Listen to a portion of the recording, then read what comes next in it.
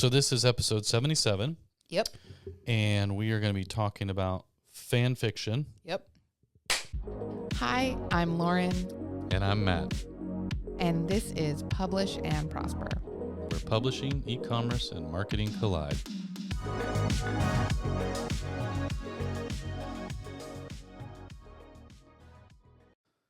Okay, fan fiction. What is it? Why is it most commonly associated with nerds? That's how you're starting this episode? Yeah. Okay. Coming in hot. All right. I did eat lunch, but it hasn't really processed yet, so I still have a little bit of that hangry hangover. Okay. So, That's fine. Yeah. I knew this was going to be a spicy one. Well, it doesn't have to be. Oh, it's going to be, though. Come on. But I'm very curious. Where does fan fiction come from? Why is this a thing? That is actually a great question. Like, why can't you just read a book and be happy with it and move on to the next book? Plenty of people can, and I can. But where's the desire to go and then create alternate stories, endings, plot lines, characters? You know, at the risk of insulting all of the media that I love so much, I would say that the work that has the most fan fiction is the work that had great potential and did not follow through on that potential. So if it's something that like the characters are really like compelling, fleshed out, great characters, but the narrative for them kind of fell apart, or a show got canceled, or a book series, you know, maybe there's so long in between installments of the series that people start speculating about what's going to happen next because they can't wait that long. So I think the heart of it is about fulfilling potential. Okay. Yeah. That seems really involved. I mean, like, I have my favorite books and TV shows and movies, but I guess when they're done for me. Like, I wish, like, you know, they'd do another season or another book would come out, but like, that's where it ends for me. Look, I would love to be normal about things, okay? I would love to be like, wow, that was a really good show, and I'm done with it now, and I'm going to move on with my life. But unfortunately, but I consider that's not myself a book nerd or a TV nerd about certain shows or a movie nerd about certain, you know, movies and but I don't know. Okay.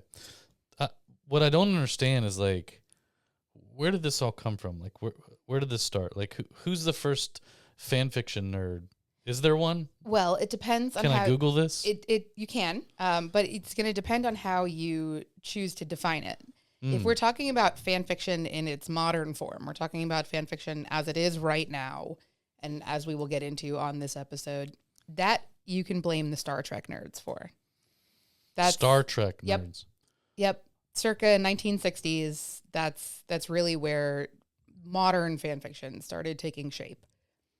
If you really want to get technical about it, or you really want to make this argument, which I am going to, Google says it goes back further than that. Fan fiction has existed for as long as storytelling has existed. Yeah, this is kind of what it says. I like you pinning it on the Star Trek nerd, so let's go with that. I mean, we can. I don't want to offend anybody. Because I'm a Star Wars nerd, which means I don't like Star Trek or Star Trek nerds. I mean, sure. No offense, Robert Rose, but come on. I like the fact that maybe we pin it to the Star Trek nerds. We can do that if you want to. What's the story there? What I don't understand. I don't know the nuances of the origin there, but it was that, and you know, this is a bad example because it is not media that has wasted potential in it, but I think that it was media that resonated with a very niche audience of people that really, really connected with these characters. For a lot of there were a lot of things about Star Trek that were revolutionary for their time. What's her name? The actress that I'm blanking on who plays Uhura. Oh my goodness. I don't know. Oh, come on. To me, Star Trek wanted to be Star Wars, so maybe it fell short of being Star Wars, and that's why people started doing fan fiction of it. Maybe, sure, but you know, okay, so sure. I'm not gonna engage in that debate with you. But Nichelle Nichols, who played Uhura, was one of the first like leading Black actresses on an ensemble TV show. Mm-hmm. She also was like very famously somebody that they her co-stars advocated for her to be making the same amount of money as them because she was being paid less than her white male co-stars. So a lot of people have resonated very strongly with that character. There are a lot of other people that have, found a connection with different characters on that show. Obviously, the shipping becomes a huge part of it too. And Star Trek is one of the most famous ships of all time. And I don't mean the Enterprise. I don't understand. Spock and Kirk? No? Wait, what? No? Is this news to you? Hold on a second. This episode just it just went sideways. Wait, I'm sorry. We have to go so much further back than I thought. What? Okay, so you're talking about shipping in terms of a relationship. Yes. Oh, yes. Oh, are we about to upset a lot of people? I don't know anything about this. What are we? Are people going to get upset that you're assuming that Kirk and Spock were No one's assuming together? No one's assuming anything. That's definitely not what we're assuming. The point is that so it's a thing. So much fan fiction is based in that idea of I want to see these two characters together, or I think there's potential with these two characters, or this show is never going to be brave enough to put these two characters. Was it ever actually on the show that the two of them were together? No. I mean, it's not canon, which is... Right. But, I mean, there are probably people that have written actual dissertations on contextual evidence that proves that they were, like, romantically invested in each other, even if that was never officially a part of the narrative. What about George Takei? Was he in on it? You know what? I think actually he might be one of those people who's like very pro these days. Like, yeah, I'm like, that's okay. We're getting so far ahead of ourselves, but there are so many modern examples of actors that are like, yeah, I will absolutely be outspoken about like, yeah, you guys ship that. I ship that too. The guy who played Castiel on Supernatural, Misha Collins, like since the day the series ended, has not shut up about like, yeah, I shipped Dean and Cass too. You guys are right. Wow. Okay. Bless his heart. We should probably back up. We should probably back up. Damn. Yeah. I'm gonna assume that everybody, all 5 people listening, know what you mean when you say shipping. Do you want to just go through that real quick? It took me a minute to realize you weren't talking about the Enterprise. Right. So. It's amazing to me how many things I'm going to have to define in this episode because they're going to come out of my mouth like they're normal, natural things. You're going to have to define the relationship between Spock and Kirk. That's for sure. There's like a million fics out there that are trying to do just that. You can't pin that all on me. Okay. So tell people what shipping is. So should we start with what fan fiction is, or are we assuming that everyone knows what it is? Did we already blow past that? We did blow past that. Okay, let's talk about what fan fiction is. So fan fiction is quite literally what it says on the tin, a phrase that you know now.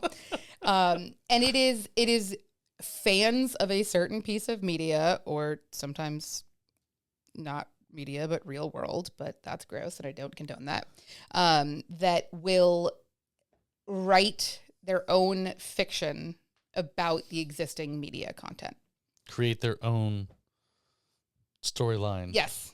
Yeah. Spin-off. So it'll be taking the characters and the world that somebody else has created and writing your own version of events using that content. Got it.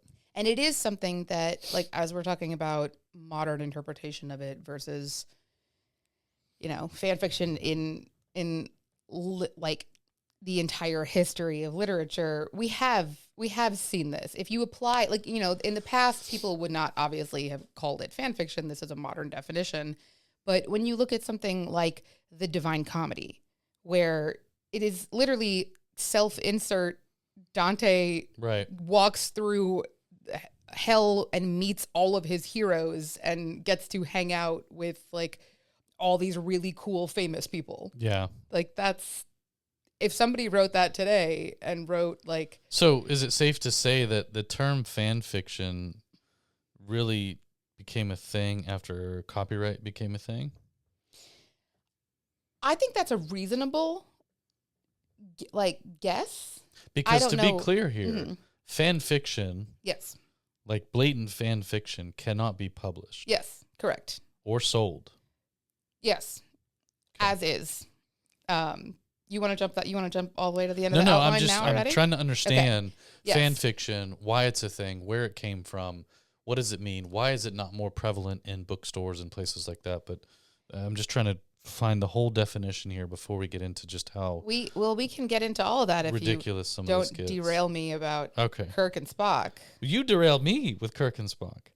That's not even one of my ships. I mean, I do ship them. It's not but a that's show not that a I've ship that ever I'm going to hang a watched, lantern but on. I know who those two are, and I would have never thought that was the lore. That's wild to me. We have such different cultural experiences. We 100% clearly do. But okay. Okay. Also, I don't really use the terminology ship. I'm not sure I like it. But Right. Okay. it's okay. So a ship But I get what it means. or Yeah, it's shipping okay. Yeah. is when you are advocating for a relationship between two characters. Mm-hmm. So much of the terminology around fan fiction is just shortening or combining references to the content itself. We'll see that with ship names are also usually portmanteaus of the two characters' names. Okay. So you're going to see that. Like I understand that in pop culture. Right. Like Brangelina and Right. stuff like that. Yeah. Yeah. I'm pretty sure that came from fan fiction. Like I'm Wow. pretty sure it came first in fan fiction and then made its way into modern media. Because we've been doing that for years on fan fiction before they started doing it in like magazines. Okay. Yep. I did like the Divine Comedy example. You Yeah. gave. I mean, that's I'm a huge fan of a good Dante. one. Okay. I would have never thought about that, but Well, and because It makes sense. you don't see them that way because of like where they fall in history in terms of like the Yes. modern understanding of what fan fiction is. are there examples of, and is it okay, like for fan fiction, Mm-hmm. like let's say you take something and you want to do a different version of it, or let's just say you want to do a spinoff of a couple of the characters, but let's say you change enough things about the characters where it's not quite obvious, but like you change their gender or something like that. Like, does that still cross the fan fiction copyright? See, I'm still stuck on the legal part of Yes. it, but I'm still trying to understand. I mean, we can get into that first if you want. If you think that's the easier. I don't know. I feel like maybe fan fiction is broader than I thought it was. Yes. Because, yeah. Well, it is, and that's one of the things that makes it like legal gray area, and also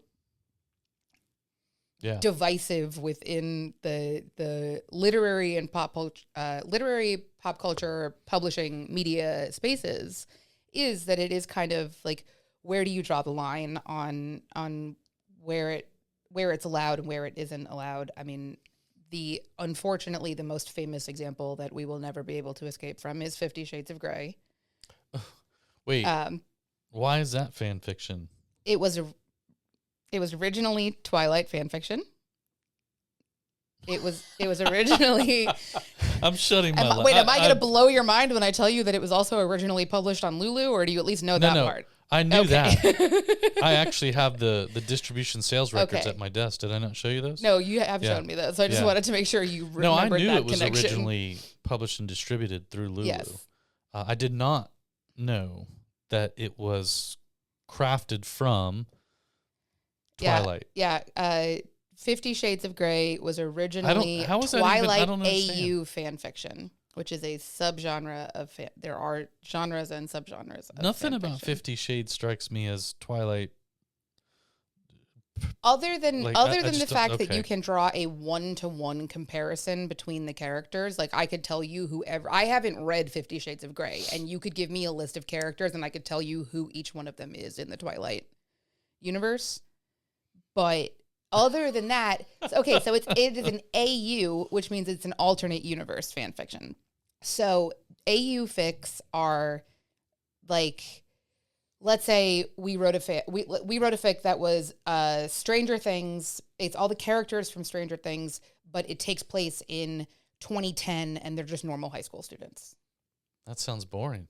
It could be, or it could not be, or it could be the other way around, and it could be we're taking this like boring, normal piece of media that is just modern, realistic fiction, and we're making them all superheroes, and we're making them, what if the cast of Euphoria were all the Avengers?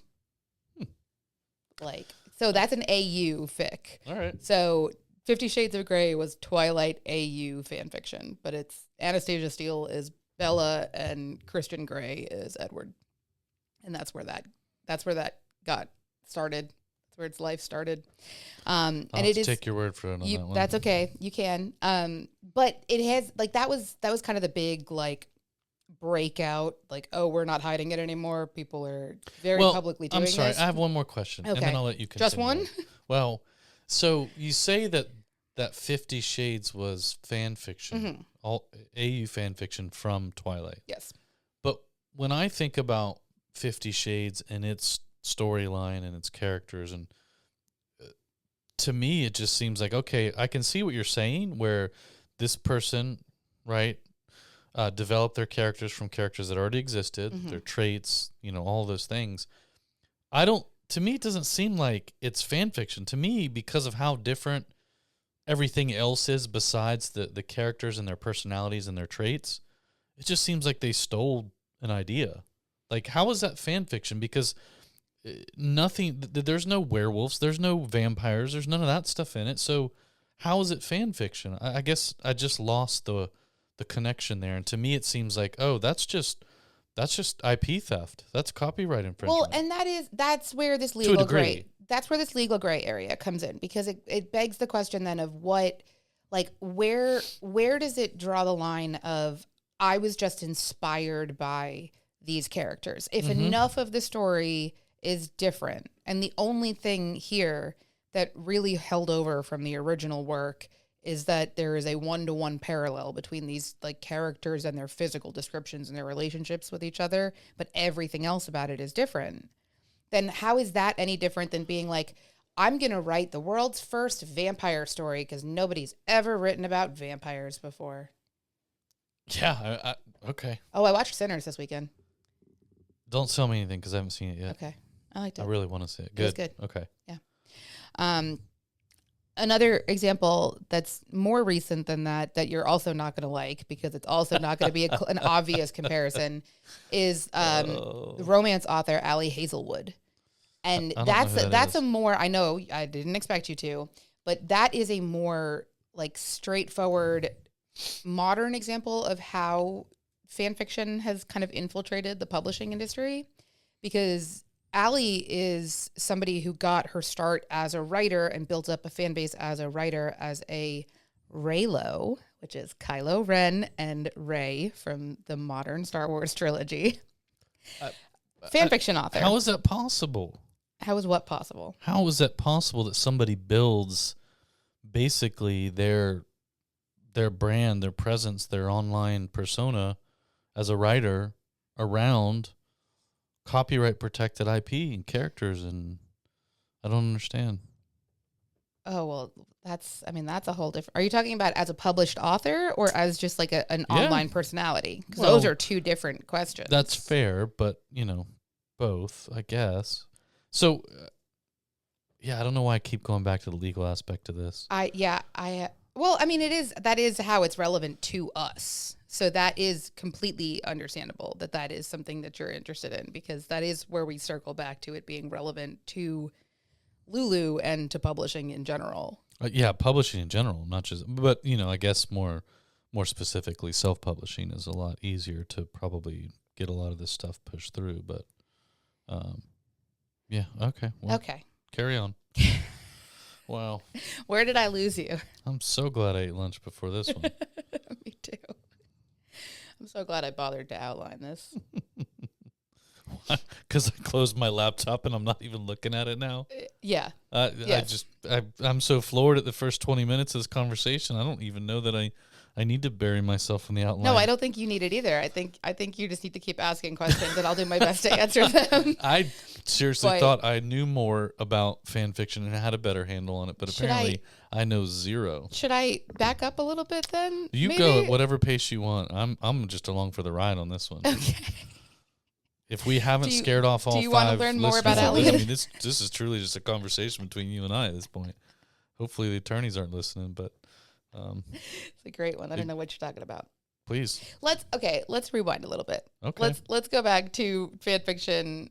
You know, we've talked about what it is, where it comes from. I you know, said the evolution of fan fiction as it looks now, but for those of you listening that might not be familiar with what fan fiction is in modern contemporary society, there are entire websites dedicated to literally just hosting fan fiction. That I understand, yeah, for sure. And we've had interactions with many of them. Sure. Yeah. You know, places like Wattpad, which were more modern sites built around this. The OG is fanfiction.net, which is a dumpster fire, so don't bother. But they also, I mean, they go back, the Star Trek fan fiction was literally being printed in zines and like print newsletters that were being sent back and forth to people. Like that, you know, predates activity on the internet. The early days of Harry Potter fan fiction back in the day when she was still, I know, but back in the day when she was still publishing the books, which was also kind of probably, that's where I would argue that like millennial culture connected with fan fiction was in the window of like between the Harry Potter books finding that commercial success right before the release of Goblet of Fire through when Deathly Hallows came out. A lot of people found their way to fan fiction as a like, there's too much time between, like too much downtime between these books. So I see. Like I need to fill the void. I need to find places. And you would go, it would start with, there were message boards, whether they were on like the Warner Brothers website or just places like LiveJournal or something like that, where people were just, it just started as like speculating about like, hey, did anyone catch this like little, what felt like a clue dropped in this chapter? And what do you think that means? How many of these were you heavily active within these communities? Don't worry about it. It's fine. It's in the past. No, well, the Harry Potter fandom is in the past. I'd be lying if I said I wasn't reading fan fiction at 1 o'clock in the morning last night. I think a lot of people were into it, you know, until she decided she was a horrible person. And decided to torch her legacy in every single way. And okay. Yay. But yes, there was, you know, in the same way that so much of this has taken over in other forms of media and other like types of fan fiction, or not fan fiction, fandom spaces. You know, back in the day, we didn't have social media platforms we were using for stuff like this. So it was these message boards and fan sites. You say like you're old enough to be in that group. You've had social media since you were a baby. I joined Facebook when I was a senior in high school because you still needed to have a .edu email address. So I had to wait until I got officially accepted to Lafayette before I could join Facebook. I don't know if I believe that, but let's move on. You don't have to. What do your bracelets say today? Go Bananas. Is that for the baseball team? Yeah, I went to the game this weekend. Did you really? Yeah, out in Charlotte. Yeah. Yeah, it was great. It was awesome. Jesse Cole is so cool. I'm jealous. It was so much fun. Great game. The Greatest, which was also for that, and Sunshine Riptide, which is a Fall Out Boy song. All right, let's go back into the other nerd stuff. Right, yeah, that's fine. So, you know, it started as this thing online that then evolved into people creating dedicated websites for them. Right now, the preeminent place to find fan fiction is Archive of Our Own, or AO3. And that was a website that was built up by the organization of Transformative Works, which is a nonprofit that is dedicated to arguing and advocating for the right of transformative works, which is something that we talked about in our copyright episode. Yes, Matt. There's a nonprofit that argues for and supports fan fiction. They're pretty. One of my favorite authors also was involved in starting it. So that does not surprise me. No, it shouldn't. Fine. So yeah, this is something that is still very, very relevant. It is something that is, I mean, getting more and more mainstream, and it's also something that we're seeing more and more. It is influencing the traditional publishing industry in a variety of ways. And because of like where it kind of hit its peak in popularity, you know, if we're talking about it as, okay, it started really gaining traction with millennials in the Harry Potter era. Mm-hmm. I was 13 to 17 in that window of time. I'm now 36. My contemporaries that were also going through that same thing as me are now at the age that they are the people that are being published as romance authors or commercial fiction or sci-fi fantasy or whatever. Mm-hmm. So those people are now the ones that are much more like, hell yeah, I got my start online writing fan fiction. Like, they're the ones that are out there openly being like, I am an author today because I spent the last 20 years writing fan fiction, and that eventually evolved into me writing original fiction. And some of them, That's an interesting spin. Yeah, it is. I mean, it's what got me into writing. I started writing fan fiction first, and then was like, what if I wanted to do this with my own characters instead of To book be clear, characters? for our legal team, you have not published any fan fiction through Lulu, have you? No, I'm not allowed to.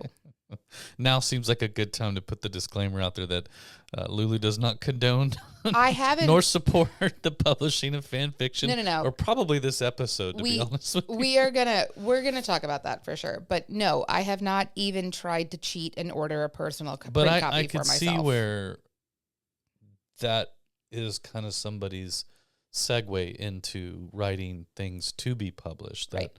maybe are not fan fiction, but they sort of discovered that love and joy of writing because of fan fiction. I think that's great. Yeah, I'll leave it there. That's where it comes from for a lot of people. That's interesting. And because of probably for a lot of different reasons, because when we live in a world where social media makes it so that nobody's ever had a unique experience in their entire life. Every single one of us. Social media. Social media sucks, and anybody who works in social media sucks. Just kidding. Mm-hmm. Sure. Okay. Yeah. But I think people are a lot more open about things that used to be not taboo, but things that used to be more like like it's weird to talk about this thing that I'm really into, so I'm not going to. Yeah, And now like these days, Kirk and Spock hanging out in the back room. Again, not my ship, so weird. You can choose to harp on that one all you want, but you're barking up the wrong tree. I just, that's the first I ever heard of this. It's weird. That's insane to me, actually. I don't run in these nerd circles that you do. Okay, I don't know anything about shipping. But that's my point. That's my point about Kirk and Spock. Where fan fiction. Did you guys ship Luke Skywalker and Han Solo? I would be. No. I don't know if I would like that or not. Actually, no. Actually, don't. I don't kind of have like any Star Wars ships. Oh, the original trilogy. Yeah, I like Han's with Leia. I don't think I want to see him with Luke. What about Chewie and R2? Okay.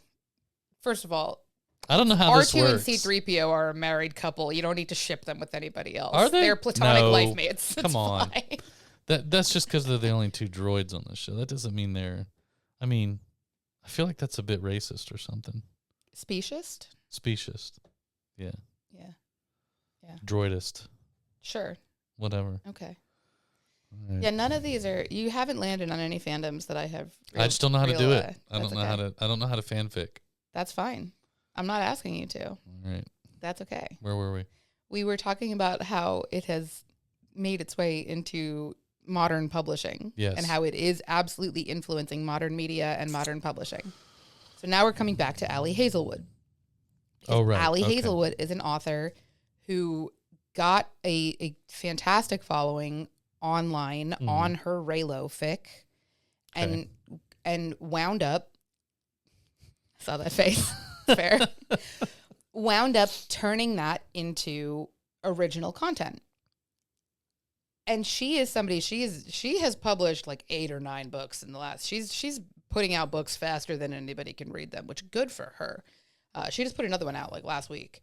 But they're not Raylo books. So the first few, like you look at them and you look at the covers on them and you go, oh, they're not even pretending.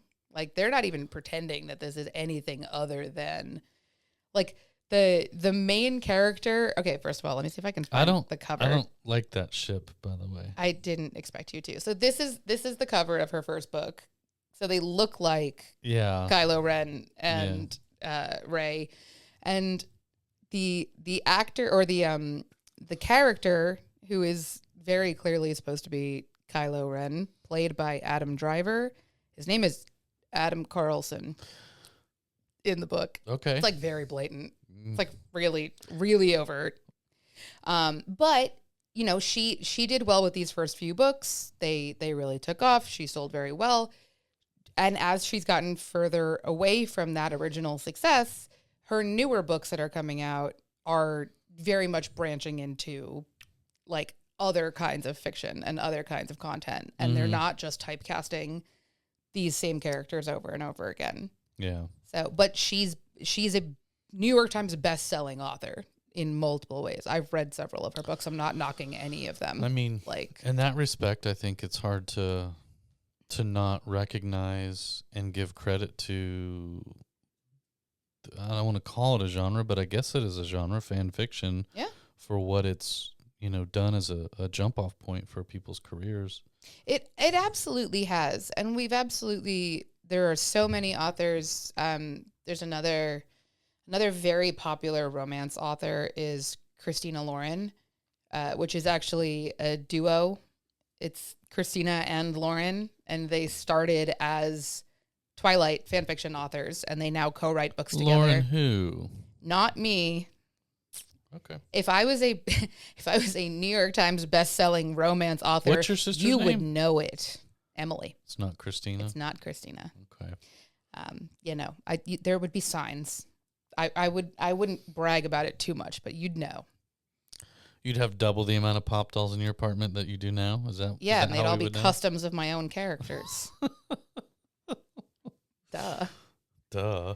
But then we're also seeing within the traditional publishing industry, we're now at a point where they're actually seeking out the authors of popular fan fiction. So they're now actually trying to acquire authors that are like fandom famous within. So it would seem to me that in theory, maybe this is already taking place and that's what you're heading into, but it would seem to me that traditional publishing at least should almost embrace this and find a way to have less of a legal gray area and maybe strike certain accordances with authors and their IP that would encourage and allow some of this, that they could find new and emerging authors faster, because it does seem like a lot of them are kind of getting their start in and coming out of fan fiction. So in theory, that is probably completely correct and probably what they should be doing. The problem with that is that you can't control, as you have said very, very succinctly on this podcast in the past, you cannot control virality. Oh, yeah, for sure. So, you know, they could make all these situations where they say, like, we're building it into contracts moving forward that you are giving permission for fan fiction for your books, but you can't control what media people choose to write fan fiction for. Well, I understand that, but by making it a little more acceptable, legally and otherwise, you might see more of it, and therefore, by seeing more of it, there are more opportunities for it to actually go viral. You mean like see more fan fiction? Yeah. Oh, I don't think that's something that you have to worry about. Well, I don't see it. There's plenty of it. That's because you're not looking for it. Yeah, but that's what I'm saying. I mean, well, never mind, but yeah. I don't like the sound of that. I mean, there's plenty of it. But, you know, one of the examples that's actively happening in the traditional publishing industry right now is fan fiction, a piece of fan fiction called Manacled, which is what? Manacled. Manacled. Okay. Yep. It is Hermione, which is Draco Malfoy and Hermione Granger. Oh. And it is a Handmaid's Tale inspired post Harry Potter like timeline AU. So not only is that one piece of IP, but two separate pieces of IP. It is one of the most, if not, no, it's not the most, but it is one of the most popular pieces of fan fiction to ever exist. No, I have not read it. No, I do not have any interest in reading it. I can't think of a better way to ruin Margaret Atwood's good work and name by pairing it with that garbage. Yeah, it's a choice for sure. You were right when you said I would not like this one. I know. But it's popular? Is that what you're saying? It is extremely popular. Gross. It is popular enough that TradPub marketing teams use it as comp titles for works that they've acquired. Ugh. And a traditional publisher has acquired Manacled and is commissioning the author to not fully rewrite it, but revise it enough to get make around it the publishable. IP infringement. Yes. Yeah. And that is something that is going to be available on market sooner rather than later. I know it won't happen, but I wish Margaret Atwood's team would go after him. I'm shocked that J.K. Rowling's team hasn't gone after them, actually, because she is also very anti everything good in the world, but including flattered that anybody wants to write anything that has to do with her garbage. Right. Well, I mean, that's don't forget that a whole huge there, element of fan fiction is the queerness inherent within it. So but that's part of my her point. Characters be gay. Yeah, I mean, why would any? Yeah, all right. Sorry. on to the next, because I don't want to go down that. That's for the best. That J.K. Rowling rabbit hole. The other thing that fan fiction has had an impact on for sure is actual marketing within the publishing industry. And I don't. I thought you were going to say your dating life. Ugh, please. What dating life?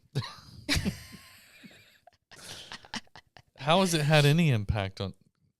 Because of how popular the system for understanding, tagging, promoting fan fiction is, they've started using it in traditional publishing. And this is where your favorite word is going to come in. Oh, okay. Let's hear it. Fan fiction is promoted primarily on tropes. Mm-hmm. That's how it works. Because if you're going into...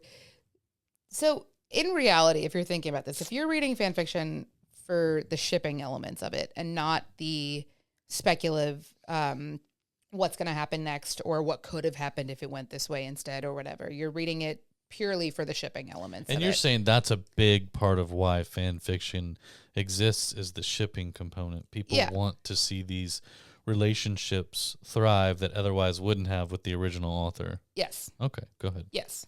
I'm not saying that that's I the understand. only thing that they do, completely. but I am saying that is a huge big part of it. driving component. Yes. And when you see a lot of fan fiction, it's what you're seeing is that. Yes. Okay. So because of that, it tends to be, I'm not going to say repetitive because it's not repetitive, but it is literally just 10,000 different stories that all boil down to this is one possible story of how these same two characters fall in love or finally get together or whatever.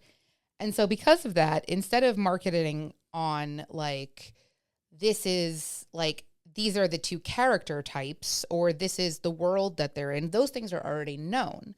So the things that people use to promote and market their own fics or specific fics is, this is an AU, this is Hurt Comfort, this is a Fix-It fic, this is a canon divergent, this is canon compliant. But then they get deeper into it and they say this is one that is fake dating fic. This is a Hogwarts AU. Sorry to keep going. She is so inherently tied within fan fiction, it's impossible to separate it from her, whether she likes it or not. And she definitely does not like it.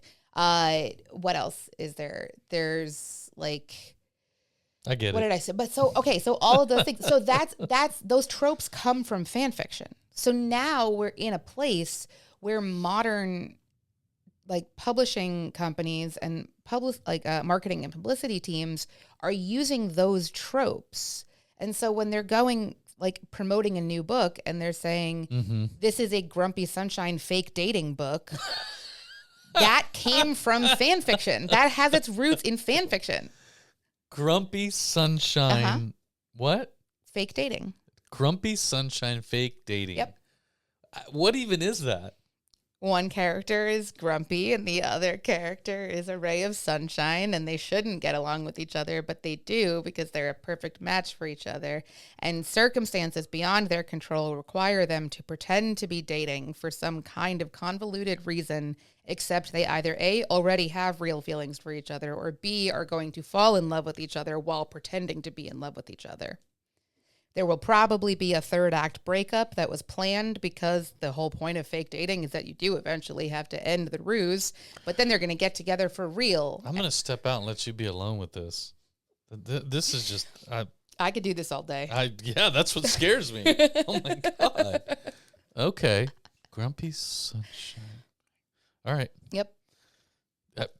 Point taken. Uh-huh. I get it. Traditional, publisher marketing and publicity teams are taking note of these tropes. They are using them to promote their own titles to these crowds of people. Yes. To say, hey, look, this is very similar to the... Okay. Got it. I mean, you see, and it's like very overt at this point. I have absolutely seen like marketing, like actual marketing copy right now. I believe you. That uses tags straight off of AO3 and tropes straight off. And it was probably all written by AI. Oh, that too. They probably just said, hey, we do actually know. Look at this site. Please write us a description of this new title based on, Probably. And we do actually know for sure that part of what generative, oh my God, why can't I say that word? I don't know. Part of what generative AI used as like a writing and learning tool was different fan fiction sites, because there are phrases that it uses that are like pretty much unique to fandom. So like, that's just perfect. Yeah, that's the icing on the cake. It really is. It's great. Wow. But yeah, it is something that has kind of gotten pretty pervasive, even to the point of a lot of publishers will have, we've talked about this a lot, where a lot of the gatekeepers within TradPub, one of the things that they're looking for with new authors, they don't want to take a risk on a new author that they don't feel like there's going to be a payout. So they're looking for, do you have some kind of existing audience already? Sure. They will accept fan fiction as an existing audience. If you say, like, I've got 100,000 people have read my fan fiction, they will accept that as a stat towards you proving that you have an existing audience base. That doesn't surprise me, because they function more as sales teams than anything else, and their goal is to sell books. So, I mean, that's understandable. Right. That doesn't surprise me. No, it shouldn't. Yeah. It shouldn't. It is all. I mean, it's sorry to disillusion anyone that thinks that the publishing industry is all about delivering high quality stories into the hands of readers for the good of sharing storytelling, but it is all capitalism. Well, let's back up a second on that one, because I'm a fan of capitalism, but and I think there's a place for it, even in publishing. I do think there are people in publishing, traditional or otherwise, who seek to deliver good literary content. Oh, of course, regardless of genre or origin or any of that stuff. The problem is that they work for people who are beholden to shareholders, number crunchers, investment bankers. The top 5 publishing companies, they're owned by actual media companies. Right. They're not even self-owned entities anymore. So the idea that they're, anyways, that doesn't necessarily bother me per se, because I do think a lot of them still deliver good content. But you're right. They've got goals they need to hit every quarter, and they're going to do what they need to do that.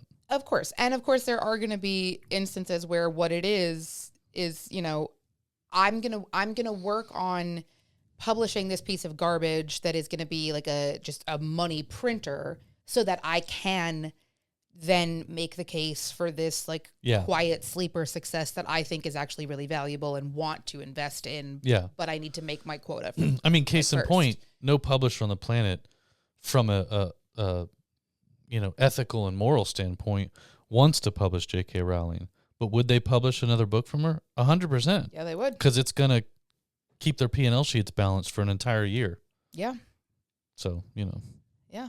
But then they know after that, they'll probably publish at least 10 other books that are done by, people that they consider to be putting out very good quality content that, in one way or another makes the world a better place. I mean, it's not unlike what the actual actors themselves have done post Harry Potter. Like, if you watch Daniel Radcliffe's like post Harry Potter career, he just chooses the projects that are so clearly like weird, fun, silly, speaks to him in some way, and you can tell he's having the best time with them. Yeah, because he sold out when he was young enough that it didn't feel like selling out. He did his time, and now he's out there like with the money in the bank that he can afford to go ahead and be like, I'm going to roll the dice on this weird project, and it might be really weird or it might be a great success, and either way I'm going to have a good time doing it. And I always love seeing when I'm like, what's he doing now? Horns was great. I didn't see Horns? that. You didn't see that? No. I didn't read the book, so I don't know how it compared, but I it was didn't a great read it, movie. nor did I see it. I just rewatched last week or the week before The Lost City, which was Sandra Bullock and Channing Tatum, and she's a romance author, and Channing Tatum is her cover model. Yeah, and Daniel Radcliffe kidnaps her and traps her in the jungle. Yes. I did see that. Fantastic movie. It was Absolutely an interesting ridiculous. We'll leave it at that. It's great. Yeah. Well. Do you want me to get back to that copyright question now? Because we do. That is important. I do, but now a separate side note. I'm getting confused. Never mind. Let's move on because we're just an hour in almost at this point, and I don't.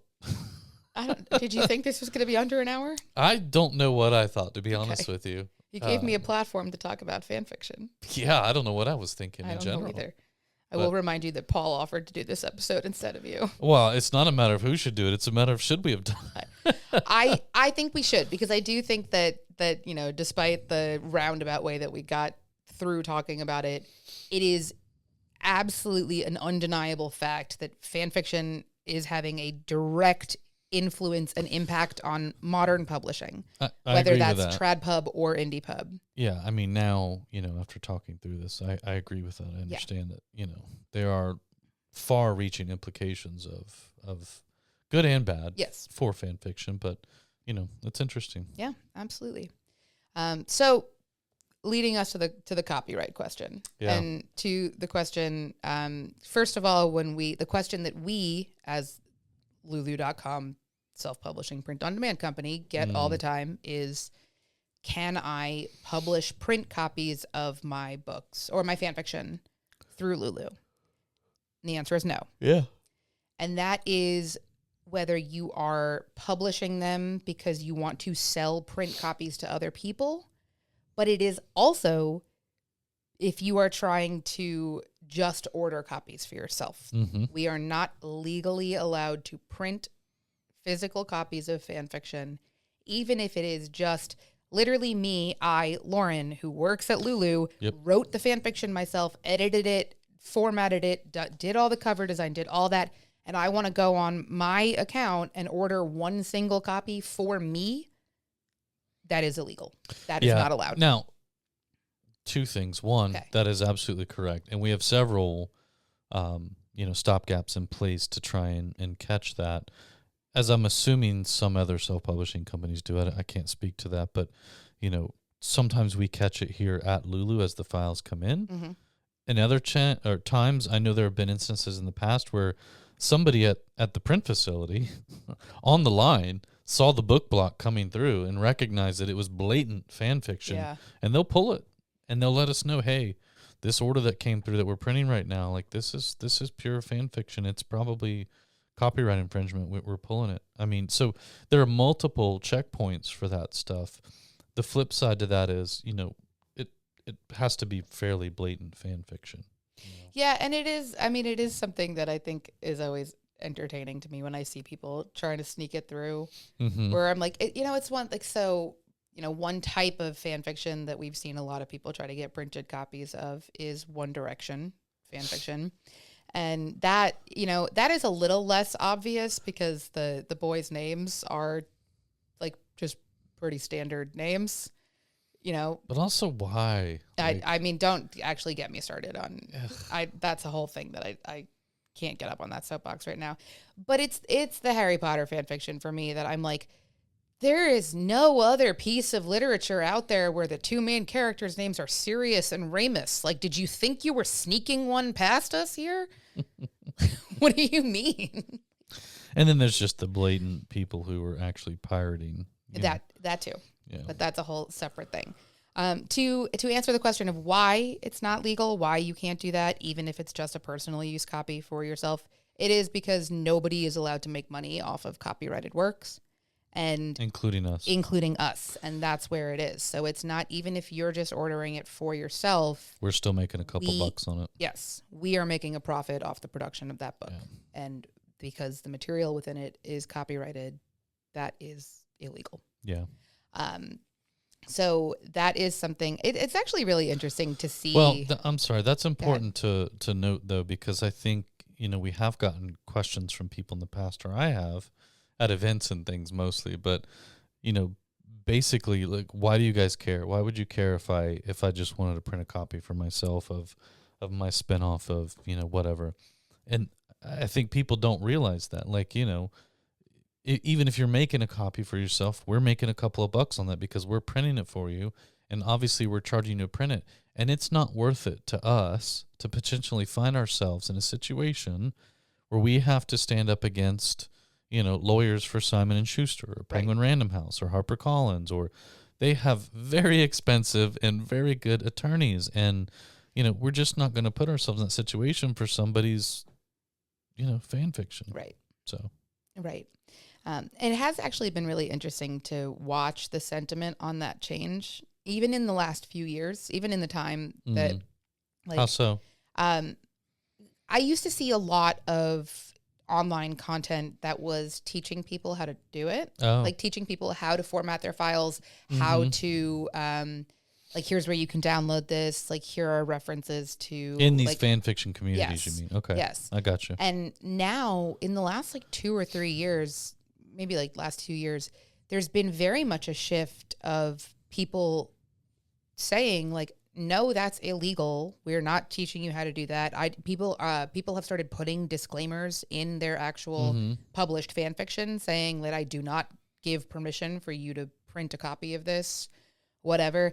I actually had a very, very weird meta moment a year or two ago. I was on TikTok, and on my personal TikTok, and scrolling, and saw somebody talking about this specifically and talking about printing fan fiction, and I started watching it because I was like, oh, this is interesting and a topic that is relevant to me. And halfway through her explanation of why she turned on the green screen behind her and put up the blog post that I wrote on Lulu.com about why publishing fanfic or printing fan fiction is illegal. And so I was watching a video where somebody cited me as the source for this information, and I was like, whoa, hold on. You just achieved queen nerd status. I think I did. Do you think that the decline of people blatantly trying to teach others how to do it and get away with it has to do with the fact that, as you alluded to earlier, that fan fiction has become this place where, best-selling authors' careers have been born out of more recently, and it's becoming this place where trad pub people are starting to go and look potentially for new up-and-coming authors, and they want to make sure they're being seen as like, hey, we're towing the line here. I'm not printing this stuff, but look how good my writing is. Look where, or do you think that's not much of a factor there? So that's an interesting question. Because it could also just be that enough people have been litigated against in the past where everybody's like, I don't want anything to do with that. So I think there's actually kind of a two-part answer to that. And first of all, to be clear about it, most of the people that are trying to get printed copies of fan fiction are not the authors of that fan fiction. Right. So I don't think they care particularly about being seen as towing the line one way or another, because they're not the ones at stake in the game. But also, I think the sentiment comes more from a lot of people didn't know that it was illegal. So I didn't when I first started working at Lulu. That was my first thought when I first started here. I was like, I'm going to publish all my fics. When you first started working at Lulu, I did not know that it was illegal to get printed copies of it. Oh, okay. Yeah. I mean, I knew. I got you. Yeah. So that was something that I didn't, and I worked in publishing before. Right. Well, that's worked why here. I was asking. Right. I mean, I knew I get what you're couldn't saying. Yeah. like publish it and Right. sell it, but I didn't know it was also illegal for me to order a personal Right. copy for myself. Yeah. To your point about like, do you think that the sentiment has changed on that because people are like trying to be more favorable within the publishing industry? There's a lot of really weird, I don't know if it's mixed sentiment. That's not really it. But like, there are a lot of people within like the reader communities and reader spaces online that are going to sit here and argue that like traditional publishing is like so bad because the gatekeeping is so bad, and they're doing all this work to like not amplify diverse voices and limiting the kind of content that can be published and the kind of stories and everything. And then we'll also go out and pirate books from whoever they want and say, well, I should be entitled to this because stories should be accessible to everybody, and it's not my fault I can't afford them. So you're on the one hand talking about like wanting to dismantle the existing capitalist traditional publishing industry, and then on the other hand, stealing from the authors that are contributing content to it. So I'm not touching that one. Okay, that's fair. But, safe to say I err on the side of you. Yeah. So yeah, I don't think anyone cares one way or another about the optics of breaking the law with fan fiction. I think it's more along the lines of people are finally, because it's become more mainstream to talk about it, and within that it's become more well known where the legal gray area is on that. Yeah. I think that's really what's kind of shifted the tides on that. Yeah. Yeah. Wow. Yeah. Did you know this is what you were signing up? What did you think this episode was going to be?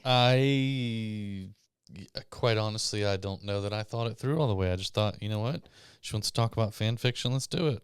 I could keep going for another hour. Yeah, but we won't. Okay. But we didn't even get into the good stuff. Yeah, well, I beg to differ. But if that's the case, you'll just have to save it for another time. If anybody on the team wants to come talk to me about fan fiction, we can. Yeah, off the camera. Yeah. And on.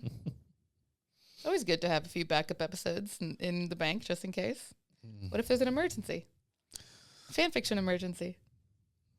I don't think there is. Fan fiction has cured so many things in my life. The only way we will why not a ever work emergency? get on this camera and talk about fan fiction again is if you can get Kirk and Spock in here with us. Which ones? Both of them. No, I mean which actors? The originals. Oh, no thanks. Yeah. Well. Chris Pine. Oh. All right. Zachary Quinto. Thanks for joining us, everybody. Come on. Hit the like button down there. Subscribe. Do all those things. Argue with me about fan fiction. Don't leave us a review after this episode. Listen to a different episode and then leave us a review. Unless you want to talk to me about fan fiction. No, I will accept a wants to review do based that. on fan fiction. Yeah. You want to know what my favorite tropes are, you let me know. All right. But I won't tell you what my username is. That's between me and the internet.